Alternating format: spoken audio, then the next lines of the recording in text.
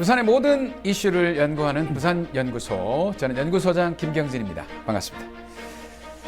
자, 요즘이 계절이 바뀌는 환절기라고 하지 않습니까? 이게 환절기 때 날씨가 수상하다 이런 분들이 굉장히 많습니다. 저도 좀 그렇게 몸으로 느끼는 편인데, 얼마 전에 유엔 총회에서 기후변화 협약에서의 어떤 얘기들도 이 대응을 어떻게 할 것이냐, 선진국, 후진국이 각자 책임을 어떻게 질 것이냐, 이런 얘기들이 굉장히 많이 오고 갔는데, 두 분 연구위원님들은 어떻습니까? 기후변화에 대해서 조금 생각을 해보셨습니까? 저는 당연히 제가 낚시를 하는데, 우리 기온이 굉장히 평균 기온이 올라가고 있지 않습니까? 그런데 바다에 나가서 낚시를 해보면 고기들 어종들이 굉장히 사실 많이 좀 바뀌어 있고, 그래요? 제가 보지 못한 고기들이 가끔씩 보이기도 하고 그렇습니다.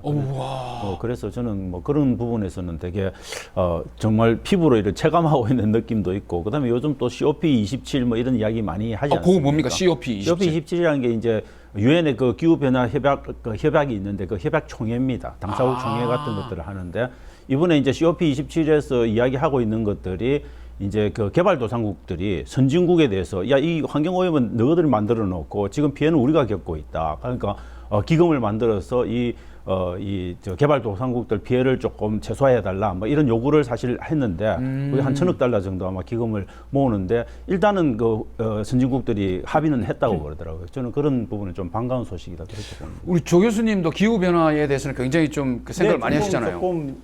그러니까 이제 리우에서 처음으로 Earth Summit이라고 지구 정상회담이 열렸었습니다. 다시 Earth Summit. 아니 그런 식으로 하시면 R&D 된다니까. 이러면 R&D 하시면. 우리 초등학교 6학년이 알아들어야 되기 때문에 Earth는 지구, Summit은 정상들이 모였다. 그 모였구나. 전 세계 한 200개 나라의 대통령 수상 비롯해서 혹은 대리하는 사람들이 모여가지고 방금 우리 차 교수 말씀하신 합의를 했습니다. 근데 선진국은 지금 현재 많은 인구를 가지고 개발하면서 오염을 일으키는 후진국 탓을 했고요. 후진국은 산업혁명 이후에 선진국들이 저질러 놓은 것에 대해서 탓을 하니까 결국 싸우다가 합의를 했습니다. 어떻게? 어떻게 했냐면은 공동의 그러나 차이 나는 책임이라고 하는 단어로 공동의 common but 그러나 differentiated 차이 나는 responsibility.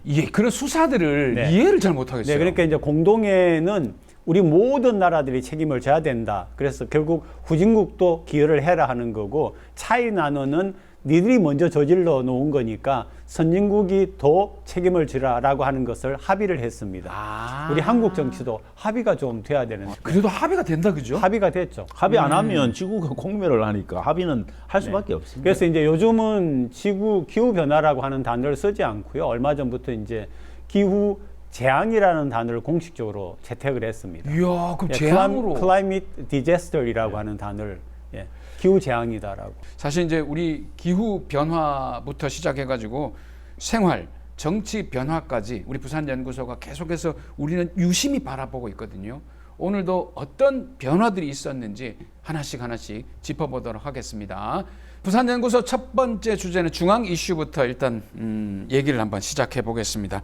윤석열 대통령의 지지율 얘기를 보통 시작하면서 계속 얘기를 하고 있는데, 보통은 보면 순방을 갔다 오면은 지지율이 5, 6%가 오르는데, 희한하게 자꾸 순방만 갔다 오면 지지율이 떨어져가지고 리얼미터 기준으로 합니다. 그러니까 여러 가지 여론조사 기관이 있습니다만은, 리얼미터가 미디어 트리뷴 의뢰로 11월 14일부터 18일까지 2,516명을 대상으로 한 조사입니다. 여기에 긍정평가가 물론 30% 초반대 고정은 돼 있습니다만, 그 앞주에 비해서 순방 갔다 오고 나서 1몇 %가 좀 떨어졌습니다. 그래서 이런 부분이 왜 이럴까요? 갔다만 오면 떨어질까요? 통상 이제 순방을 지지율 올리기 위해서 순방을 계획하고 또 그러기도 하는데, 이건 갔다 오면 떨어지니까 사실 대통령실 입장에서도 되게 좀 당혹스러울 거다 그런 생각을 합니다. 저는 이제 이 지지율은 기본적으로 6개월 동안 쌓아왔던 어떤 대통령에 대한 평가, 대통령의 국정 운영 능력에 대한 평가가 저는 굳어진 상태가 이제 지속되고 있다. 결국은 이걸 보합 상태가 지금 30% 초반대에서 리얼미터 기준으로 계속되고 있는데, 다른 지금 MBS 조사라든지 아니면 갤럽 조사도 마찬가지거든요. 좀 그렇죠. 하향되면서 보합되는 그런 추세에 있다는 거는 이미 윤 대통령에 대한 어떤 중도층에 저는 적어도 평가가 끝난 상태다. 그래서 이건 상당 기간 변하기 좀 어렵지 않겠느냐. 그래서 특별한 특단의 어떤 변화들이 있지 않고는 저는 이 보합세가 변해서 상승 국면으로 나가기는 좀 어려울 거다. 그렇다고 해서 또 떨어질 거냐, 또 그렇게도 보기 어려운 거는 튼튼한 보수 지지층이 한 30%는 존재를 하고 있기 때문에 이 보합세는 상당 기간 큰 악재나 호재가 없는 한은 변하지 않고 갈 가능성이 있지 않을까 그렇게 생각합니다. 이번 순방은 좀 괜찮지 않았습니까? 예, 그런데 아무래도 남북 관계는 틀립니다. 남북 관계는 직접적인데, 아, 그렇죠. 뭐 동남아라든지 뭐 이런 거가 뭐 관심이 없다고는 못하지만은 그러니까 지대한 관심을 갖고 있는 건 아니죠. 아니고 특정한 게 없고, 그런데 반면에 이제 국내 이슈 같은 경우에는 보면은 어쨌든 정치가, 우리가 지난 방송에서도 정치는 예술이다라고 하는 얘기를 했는데, 스포츠가 아니라 예술이다. 네. 그런데 이제 그렇지 않고 강경 기조를 가지고 계속 이렇게 나가니까 아직 1년이 안 됐는데도 사실은 상당히 좀 피로감이 있는 것 같아요.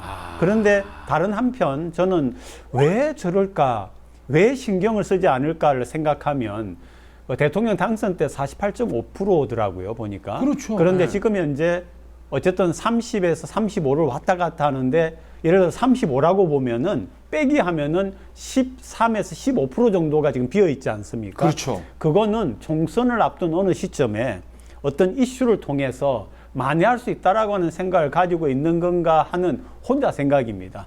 그래서 이제 테크니컬한 그런 건가 할 만큼 조금 좀 그런 마음이 들죠. 야, 저는 뭐 다른 건 다 떠나서 저는 뭐 대통령 지지율이 오를 수도 있고 내릴 수도 있고 다 그렇습니다만, 저는 솔직히 말해서 지금 대통령 지지율은 대단히 호의적인 언론 환경 속에서 이렇게 나온다는 게 저는 좀 안타까운 부분이 있다. 아, 그게 무슨 말이죠? 호의적인 저는 언론 환경이 사실 굉장히 호의적이죠. 왜냐하면 이번 순방 같은 경우도 보면 이번 순방에서 뭐 김건희 여사가 이제 뭐 빈곤 아동을 찾아봐서 생긴 어떤 논란이라든지, 아니면 또 어떤 또 공식 행사석상에 좀 늦게 간 부분이라든지, 팔짱을 킨 부분이라든지, 이런 굉장히 가벼운 주제들이 지금 핵심적인 논쟁거리가 돼서 그렇지, 사실 이번 순방의 핵심적인 요소는 굉장히 저는 역사적인 격변이 가능한 부분이 있는 겁니다. 이런 것들을 언론이 집어내지를 못합니다. 언론이 말을 하고 있지 않은 거죠. 근데 저는 지난 30년간 우리나라가 해왔던 러시아와 중국에 대한, 북방에 대한 어떤 태도는 기본적으로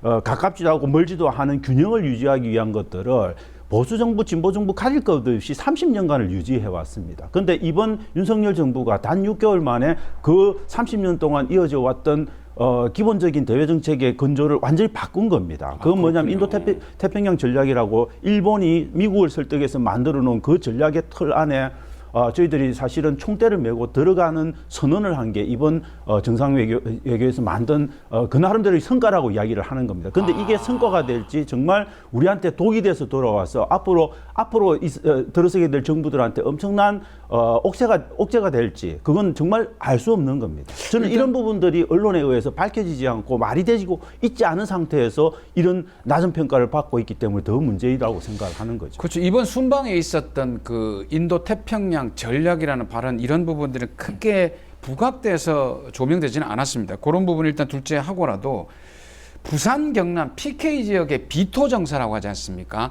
윤석열 정부에 대한 부정평가가 60%가 넘었습니다. 예, 63.3% 정도. 굉장히 높은 이 비토 정서를 가지고 있는데, 이런 거는, 야, 이 정도면은 보수성이 강한 PK에서도 이 정도면 매우 심각하게 봐야 된다고 생각하는데. 그렇죠. 이게 부정평가가 호남 제외하고 가장 높게 나온 65.3%라는 이야기는 저는 PK가 더 이상 윤석열 대통령과 정부 여당의 저는 그게 요새가 아니다, 이런 것들을 보여주는 거고, 앞으로 이걸 제대로 관리 못하면 총선의 결과는 어떻게 될까를 고민을 해야 되는 겁니다. 왜냐하면 부산 경남이 무너지고 대구 경북은 무너지지 않는다 하더라도 부산 경남이 무너졌다는 이야기는 수도권이 어떻게 될지를 말해주는 겁니다. 그렇다면은 굉장히 총선에서 고전할 가능성이 있기 때문에 이 부분에 대한 저는 고민을 정부 여당이 할 필요는 있다, 그렇게 봅니다. 심각하네요. 근데 그게 플러스해서 말씀드리고 싶은 거는, 이 부산에 지금 굉장히 많은 문제가 있습니다. 이를테면 인구 절벽도 있고, 유일한 초고령 도시도 있고, 그다음에 뭐 환경 문제도 있고요. 그런데 뭐 후쿠시마 그 나중에 이제 우리 수산업계에 주는 문제도 있고 뭐 어마어마하게 문제가 많은데 국민의힘이 지금 18석 중에서 15석을 차지하고 있거든요. 그 중에는 15명의 국회의원 중에는 5선이 2명이고 3선이 4명입니다. 재선도 있고. 그런데 전혀 구심점을 가지고 합력해서 부산을 위해서 하는 모습이 전혀 없습니다. 아니 네네. 근데 네. 생각을 해보면 오선 의원이 서병수과 조경태 의원이 두 분 다 당대표 근처도 못 갈 뿐만 그러니까요. 아니라 국회에서 오선 의원이 부의장 해보겠다고 나섰는데 떨어지는 정치력을 갖고 있는 부산의 국회의원들입니다. 이게 이야. 되게 심각해요. 그래서 아마 내후년 총선 같은 경우에 심각하게 좀 생각을 해봐야 된다. 그건 또 민주당이 어떻게 하느냐에 또 달려 있겠지만. 그렇죠, 그렇죠. 이를테면은 뭐 우리가 아는 것처럼 가덕 신공항 특별법 같은 것은 민주당이 통과를 시켜 놓았는데 그것에 대해서 스포팅 해가지고 밀고 나가는 거는 전혀 지금 보여지질 않고 있거든요. 시장하고 일부 사람들만 열심히 하려고 할 뿐이지 그런 것들에 대하여서 어떤 실망. 또 작용을 했다라고. 저는 신공항 지금 만드는 이런 문제, 엑스포 문제, 그 다음에 부울경 메가시티는 이미 물 건너가게 만들고 있고요. 이런 모든 총체적인 것들에 대한 부산 시민의 어떤 판단들이 지금 작동하고 있을 가능성이 굉장히 많다. 근데 신공항도 특별법까지 만들어서 빨리 만들어 달라 하고 29년까지 개항할 수 있도록 해달라고 지금 사실 민주당하고 부산 지역사회에서 요구해 왔는데 지금 보면 공법상 플로팅 공법이 옳다라고 이야기를 하면서 사실 공기를 늘리려고 하고 있는 겁니다. 그러면 결국은 2035년 돼야 겨우 개항할 수준 뭐 이렇게까지 가게 되면 저는 부산 민심의 어떤 이반은 심해질 수밖에 없다 그렇게 봅니다.